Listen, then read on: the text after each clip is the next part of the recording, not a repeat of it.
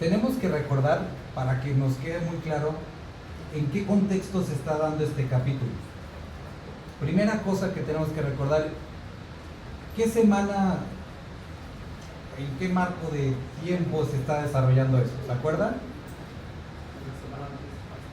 Exacto, la última semana de Jesucristo cuando está rumbo a la cruz. Exactamente capítulo 13, ¿qué día nos empieza a describir? La última cena, ok. Estamos en el momento de la última cena, ¿vale? Ahora, unos momentos antes, unos días antes, los discípulos, en específico 2, se habían acercado a Jesús con una petición, ¿se acuerdan? La petición era: ¿dónde nos vamos a sentar? ¿Qué puestos nos vas a dar? ¿Qué posición vamos a tener? ¿Sale? Entonces, está la petición de 2 discípulos en particular, el enojo de todos los demás, y Jesucristo tratándoles de decir: oigan, voy a morir por ustedes, y ustedes andan peleando casi, ¿quién se va a quedar la herencia? Obviamente ellos no habían entendido a qué se refería con que iba a morir y todo eso. Capítulo 13, llegan a este lugar, ya lo estuvieron estudiando, Jesús lava sus pies. Hay un versículo en particular que me gustaría que pudieran recordar. Dice que Jesús, sabiendo, versículo 3, que el Padre le había dado todas las cosas, entonces sabiendo que tenía todo el poder, toda la autoridad, todo el dominio, cuando ustedes saben, si lo vamos a traducir, entonces pon tu nombre, sabiendo que ya le depositaron el aguinaldo, ¿cómo a veces nos ponemos, no? Así muy disparadores, muy patrones. Pero Jesús, sabiendo que tenía toda esta potestad, lo que decidió hacer es humillarse, tomar una posición de siervo. Y no solamente siervo, ya ahorita lo leímos en la mañana, estuvimos leyendo Filipenses capítulo 2, hay en vosotros este mismo sentir que hubo en Cristo Jesús, que siendo en forma de Dios, no escatimó el ser igual a Dios como cosa que aferrarse, dice, sino que se despojó de sí mismo, haciéndose obediente. Dice que se hizo hombre y se hizo obediente, se humilló hasta llegar al punto de la cruz. Entonces se pone en esta posición y lo ejemplifica de una forma en la que ya estuvieron hablando acerca de la humildad, del amor. Ahora, llega el versículo número 18. Mejor les dice: si sabéis estas cosas, bienaventurados seréis si las hicierais. No hablo de todos vosotros, yo sé a quién he elegido, mas para que se cumpla la escritura, el que come pan conmigo levantó contra mí su calcañar. Desde ahora os digo, antes que suceda, para que cuando suceda creáis que yo soy. De cierto os digo, que el que recibe al que yo enviare, me recibe a mí, y el que me recibe a mí, recibe al que me envió. Como todos sabemos, hoy estábamos recordando que tenemos 2 años juntos. Ahora, hay diferentes tipos de congregaciones, eso lo sabemos. Y muchas veces explicamos y decimos, bueno, estas congregaciones tienen que ver, son diferentes, porque habemos diferentes tipos de creyentes, a lo mejor unos más alegres, unos más serios, pero dejando eso de lado, hay características que, no importando el contexto social, cultural, el idioma, deben de permanecer. Y esto es de lo que va a estar hablando el capítulo 13, ahorita que lo concluyamos. Porque había algo que Jesús quería que sus discípulos aprendieran firmemente. Y es que no importaba la posición, la responsabilidad del lugar donde ellos estuvieran, como importaba la posición del corazón, en cualquiera de estos lugares, en cualquiera de estas áreas. Y entonces empieza describiendo, mostrándoles amor, mostrándoles la unidad, cómo se ve el servicio. Ahora, mostrándoles el servicio, mostrándoles el amor, también quiere hacer es que algo les quede muy claro. Les dice, miren, ustedes tienen que actuar humildemente con los demás, tienen que actuar amorosamente con los demás, pero tienen que entender que no todos lo van a recibir, que no todos se los van a recompensar. Ayer fuimos a una boda y vistes a los hijos muy bonitos y todo eso, y les das comida y les dices, no te vayas a ensuciar. Sabemos a dónde va eso. O sea, se los dices, pero sabes que se van a ensuciar de todas formas. Y llegan con el vestidito blanco y sale totalmente sucio antes de llegar al agua. Es exactamente lo mismo que Jesús está tratando de decir. Trabajen en humildad, trabajen en amor, pero entiendan que no siempre va a ser recompensado. Es más, las personas se van a aprovechar de eso. Ahora, Jesús está tratando de decir, bueno, actúen de buena fe. No, tenemos que entender que estas actitudes y este comportamiento es contrario a la humanidad. Por eso encontramos aquí en el versículo número 18 uno de los propósitos de la profecía, que nosotros podamos entender que Dios sabe lo que va a pasar y que no se escapa a su soberanía. Jesús les dice, yo les he servido, yo los he llamado, yo los he enviado, pero me van a traicionar. Y lo mismo pide Jesús de cada uno de nosotros como congregación. Ahora, vuelvo a repetir. Por ejemplo, allá en Puebla, la congregación en Puebla es un tanto, pues ahorita ya son mucho más jóvenes, y hasta la alabanza pues ya ha cambiado bastantito, porque obviamente son más jóvenes los que están tocando. Nos tocó estar en una iglesia en el norte, y sí tocaban así, con el tambor y todo eso, ¿no? Aquí es un poco más, vamos a decir, clásica la alabanza, pero no importando, vuelvo a repetir todo esto, Jesucristo nos dice, hay algo que quiero que ustedes entiendan. Tienen que amarse, tienen que trabajar con humildad, sabiendo que conforme vaya creciendo la congregación, va a haber problemas. No todos van a tener el mismo amor, pero si nosotros recordamos lo que estamos estudiando, Jesucristo ¿a quién vino a llamar? ¿A qué? Al arrepentimiento. Entonces, ¿sería de sorprendernos que hubiera problemas? ¿Por qué? Porque ¿qué somos? ¿Llamados a qué? ¿Y estos pecadores son conflictivos? Somos conflictivos.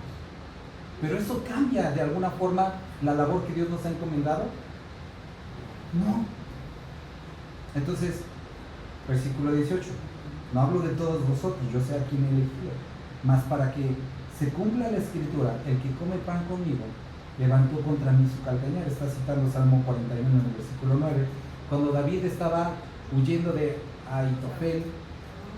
Entonces, hay una historia que estaría padre poder en otro día tratar, pero dice su calcañar, desde ahora os lo digo, antes que suceda, para que cuando suceda, creáis que yo soy. Ahora, cuando encontramos profecías como estas, tenemos que recordar, Dios es soberano.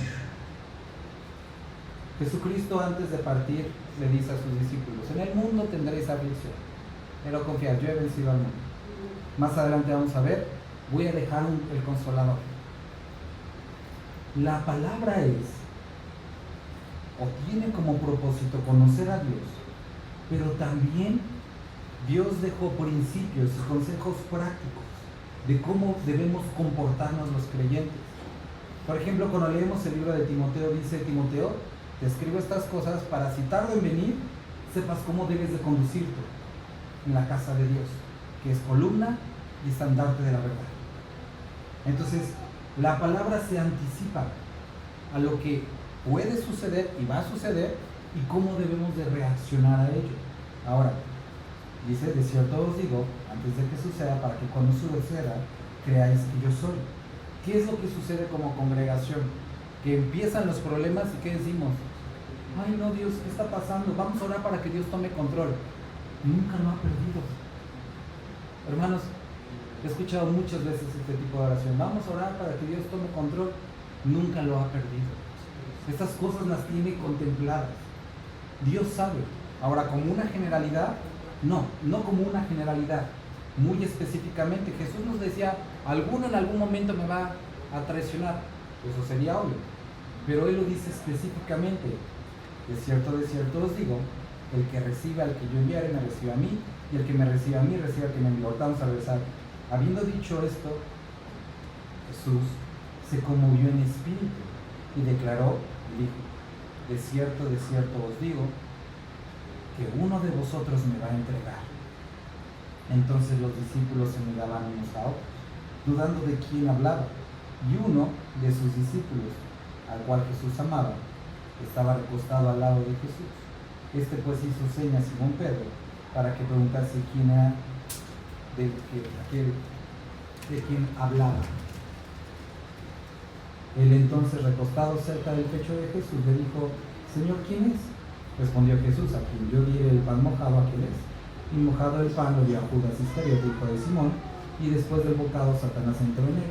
Entonces Jesús le dijo: lo que vas a hacer, hazlo más pronto. Entonces, vuelvo a repetir, Jesús no solamente lo conocía como generalidad, sino específicamente quién lo iba a traicionar. Jesucristo nos manda, ordena cómo debemos de comportarnos en la iglesia, como creyentes, con las otras personas. ¿Sabe que vamos a fallar? En lo general, sí. En específico, ¿crees que cuando estaba en la cruz, cuando se refería o cuando decía: Padre, perdónalos porque no saben lo que hacen, sabía lo que hiciste esta mañana? Él sabía lo que hiciste esta mañana, sabía lo que vas a hacer mañana, y aún así te perdonó. Él conoce cada una de tus fallas. Ahora, el que Él lo conozca, y eso nos lleva al siguiente punto, no quiere decir que no le duele, porque dice que Él se conmovió en espíritu, recordando lo que Él ya sabía, que era Judas el que estaba junto a Él, el que le iba a traicionar. ¿De quién duelen más las traiciones? ¿Del vecino que está cruzando la calle?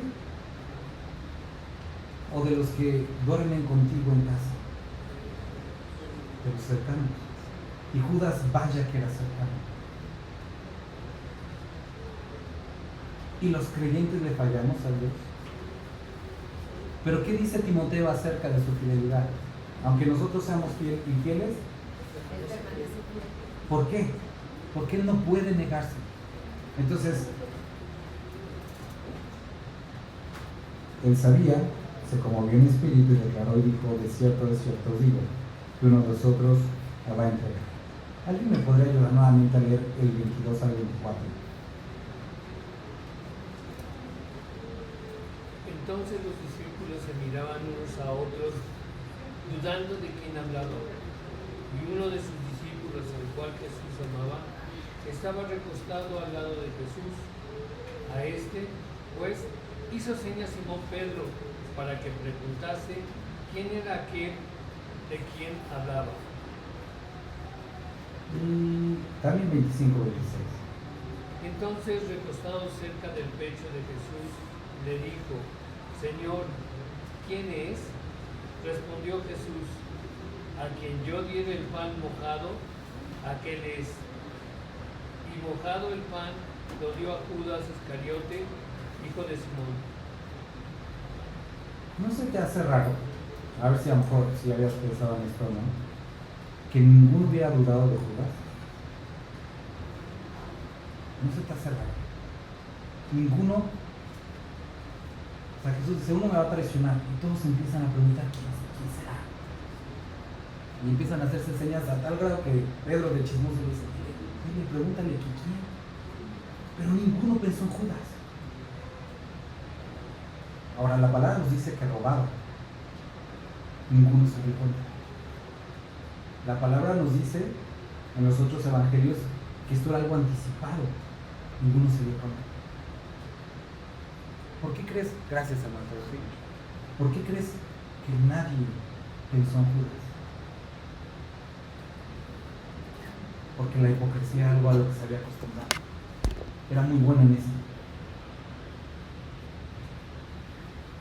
¿En dónde estaba sentado Judas? Al lado de Jesús.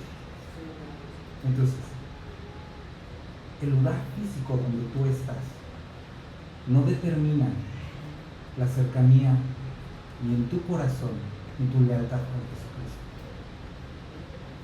Muchas veces podemos culpar al lugar donde estamos, la familia que tenemos, los recursos que nos ha dado. Y decimos, si yo tuviera esto, si yo estuviera ahí, si yo sirviera en esto, si yo pudiera hacer esto, eso no determina tu lealtad con Cristo. Ahora, ¿de dónde estaba comiendo Judas? De la mano de Jesús. Estaba comiendo de su mano. Físicamente Jesús puso un bocado en su boca. Y ni aún eso conmovió el corazón de este hombre para dejarlo lo que sabía que iba a lastimar el corazón de Jesucristo. Y quiero que podamos entender esto, hermanos, porque los principios que nos está presentando en este capítulo no tienen que ver con una posición física o algo en el exterior, tiene que ver con algo en el corazón. Y quiero que notes que estaban ellos peleando por ser el primero después de Jesús. Eso es bueno. Llegamos al libro de Timoteo, dice: el que anhela obispado buena cosa desea. ¿Quieres servir? ¡Qué bueno! ¿Quieres estar más cercano a Dios? ¡Qué bueno! Pero aquí podemos notar que a pesar de esa cercanía, en su corazón Judas había determinado traicionar. También podemos notar que a pesar de conocer eso, Jesús específicamente no lo había desechado. Aún ahí, aún esa noche, lavó también sus pies.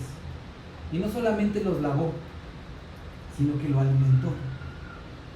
Y no solamente los lavó y lo alimentó, sino le dio una última oportunidad. Judas, eso que has pensado hacer, ya lo conozco. No es oculto para mí. Y quería ver si había confesión. Quería ver si había la oportunidad de que regresara hacia atrás. Pero ¿qué es lo que hizo Judas?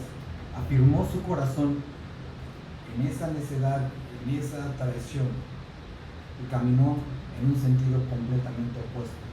Ahora, podemos tener preguntas, podemos tener dudas, por supuesto. Pero quiero que veas que este mismo capítulo nos dice dónde podemos encontrar las respuestas.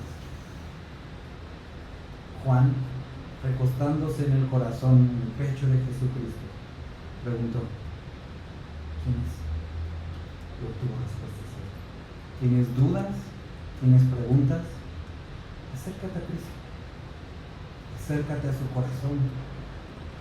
En otras palabras, lee su palabra. Y él dice la palabra: buscar, ¿y qué? Llamar, y se os abrirá.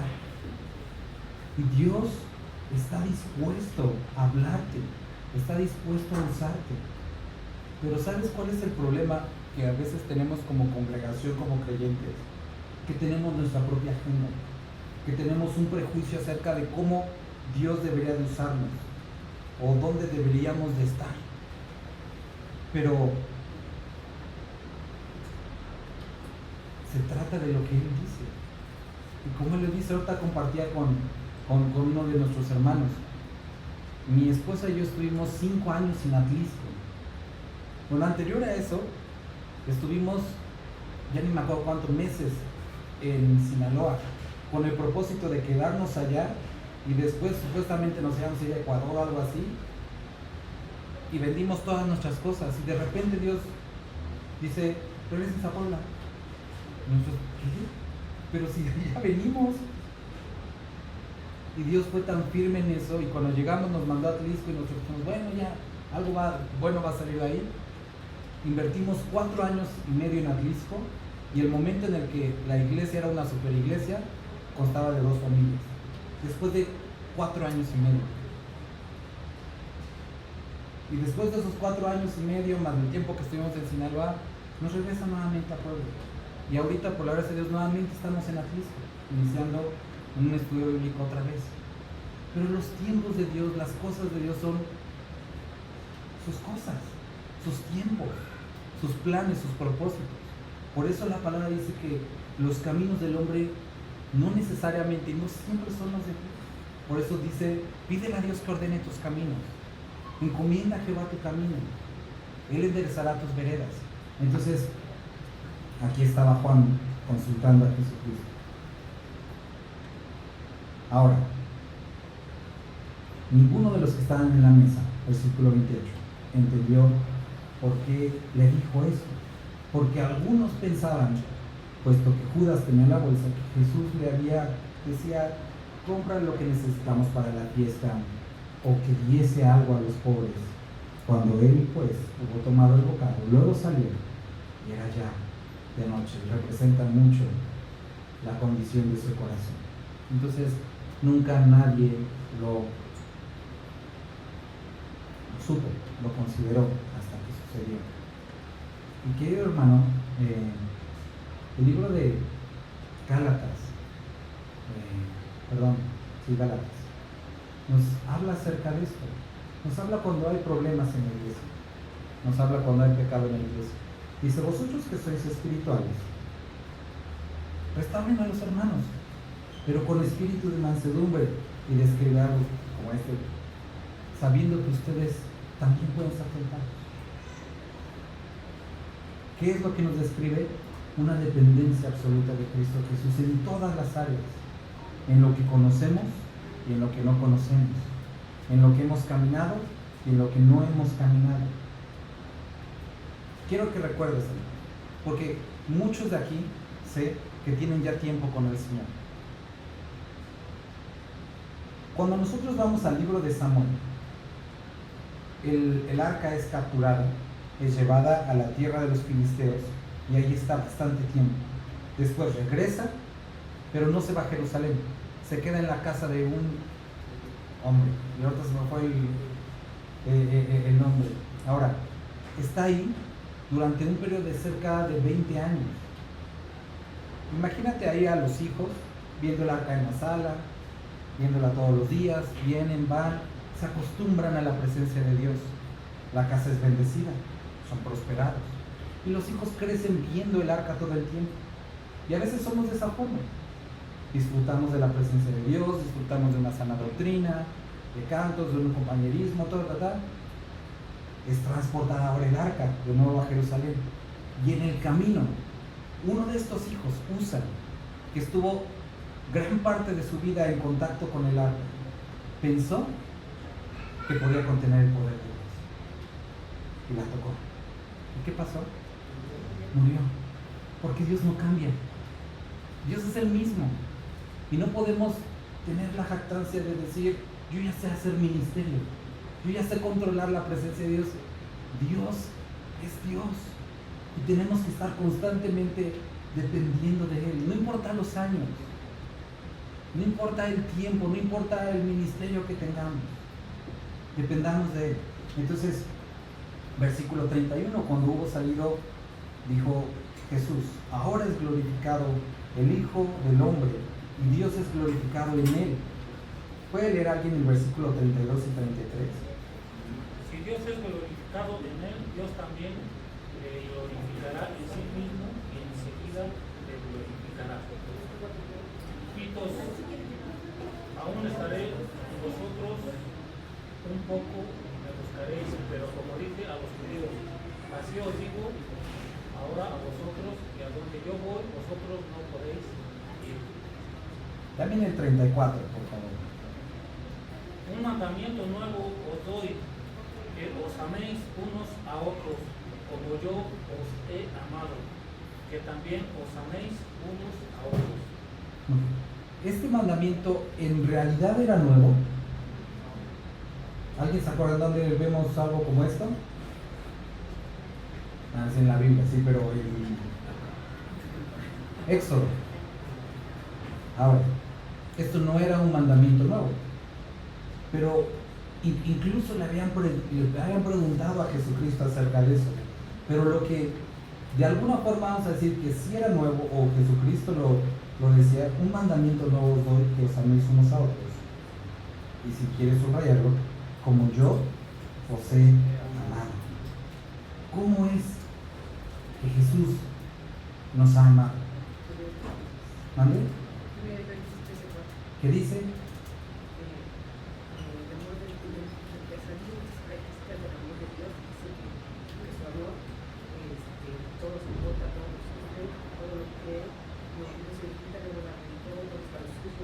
el amor ágape que vemos en Corintios. Ahora, cuando llegamos a Efesios, nuevamente nos lo repite hablando acerca de la unidad perfecta.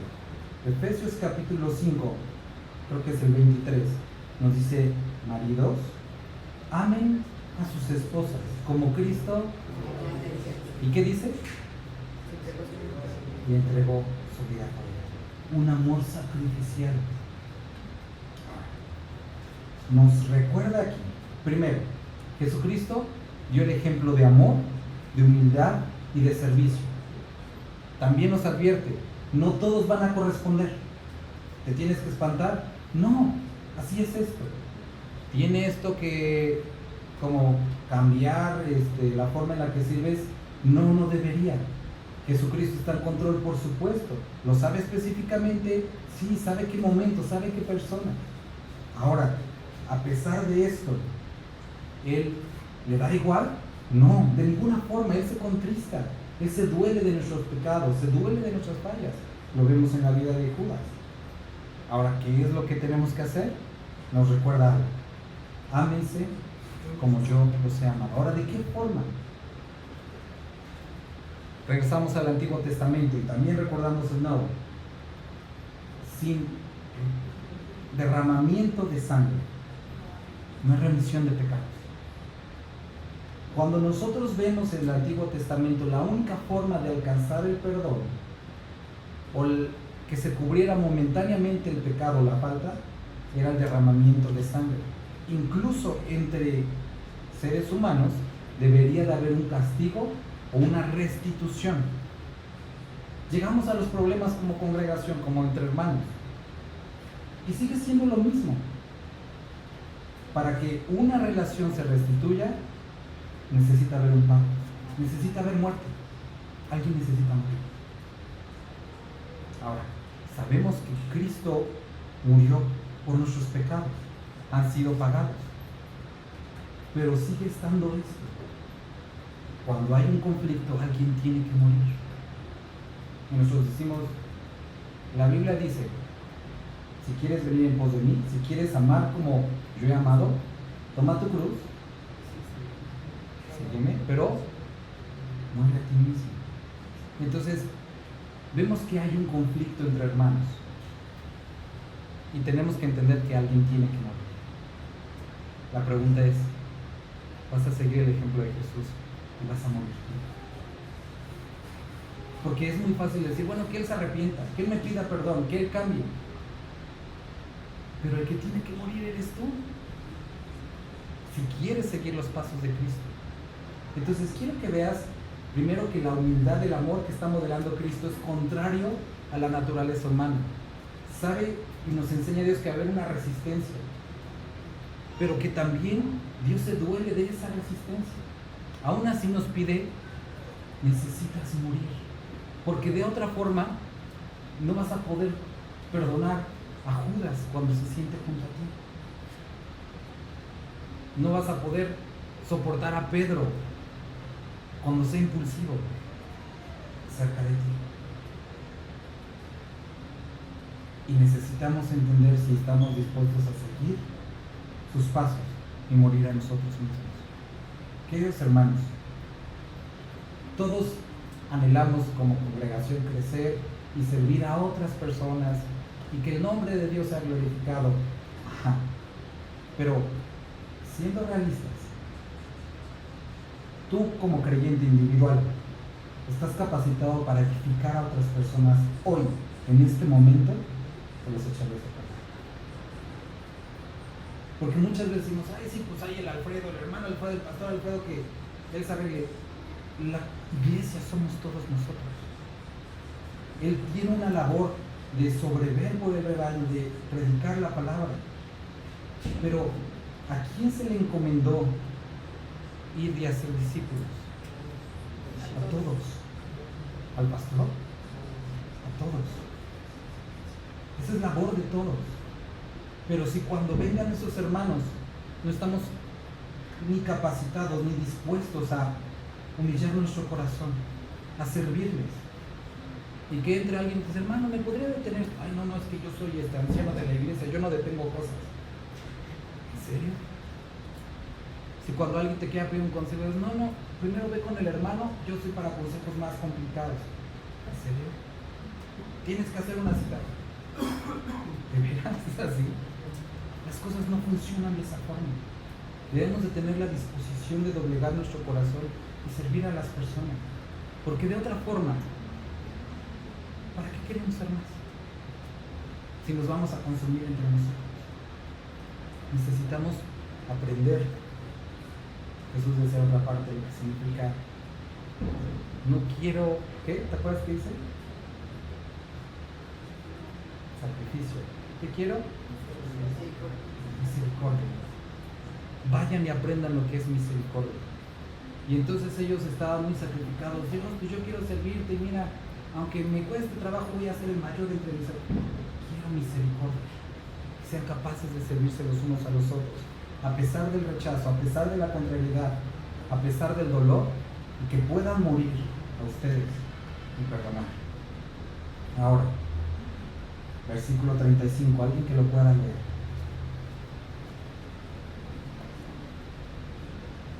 En esto conocerán todos que sois mis discípulos, si tuviereis amor los unos a los otros. Las personas van a conocer nuestra sociedad o el que estamos asociados con Cristo, no si somos de Calvary, no si somos de Semilla, no si somos de lo que sea, sino si hay amor en nosotros. Porque podemos tener una playera, podemos tener un logotipo, pero eso no describe absolutamente nada.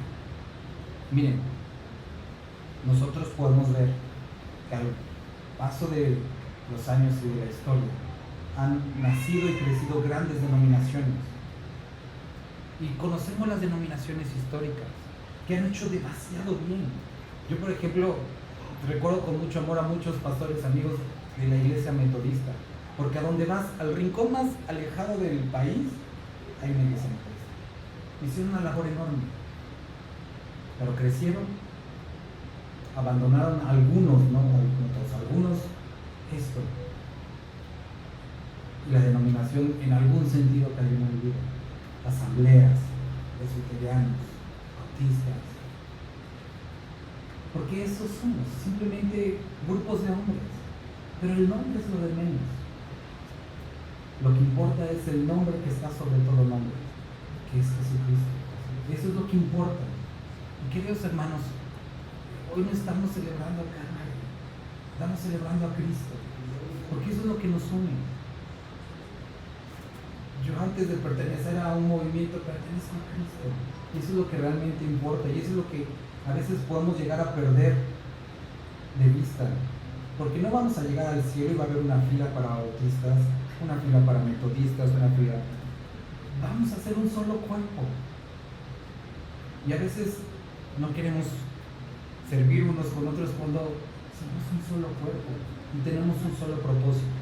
Que Cristo, como dice aquí, ahora es glorificado el Hijo del Hombre y Dios glorificado en él. ¿Cuándo? Cuando Cristo fue traicionado, lo perdonó y aún así murió por las personas. ¿Cuándo es glorificado Dios? Cuando a pesar de la adversidad decides tomar tu cruz y seguir. Es cuando es glorificado Dios. No cuando predicas y hay más gente. No cuando realmente te aceptan el folletito, sino cuando en tu corazón hay muestras de una transformación producto del Espíritu Santo y su palabra. Y vamos a concluir con eso. Le dijo Simón Pedro, según yo íbamos a llegar al 15, pero no. Le dijo Simón Pedro, Señor, ¿a dónde vas? Jesús le respondió, a donde yo voy, no me puedes seguir ahora, mas me seguirás después. ¿Por qué no podía seguirle ahora? ¿A qué se refería? Iba a morir, ¿no? Pero ¿por qué no podía morir Pedro? ¿Era intocable? Es que aquí es donde tenemos que ver esto. No era la incapacidad de Pedro para morir, porque bien lo pudieron haber agarrado y se moría. El problema es que él no estaba dispuesto realmente a morir por Cristo, porque lo dice aquí, muy claro. Pero ¿qué pasa cuando vienen y cuando le preguntan, ¿conoces a este? Lo niega. ¿Qué es lo que iba a hacer que Pedro voluntariamente fuera a la cruz? Lo que vamos a ver capítulo 14, el Espíritu Santo.